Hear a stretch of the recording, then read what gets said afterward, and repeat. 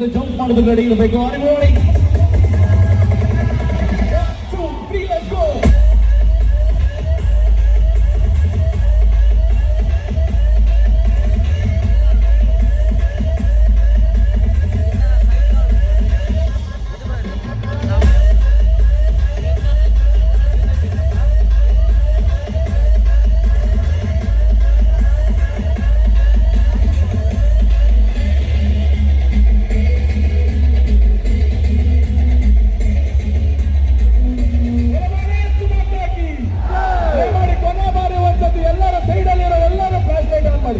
ಎಲ್ಲರೂ flash light on ಮಾಡಬೇಕಾಗಿ ವಿನಂತಿ.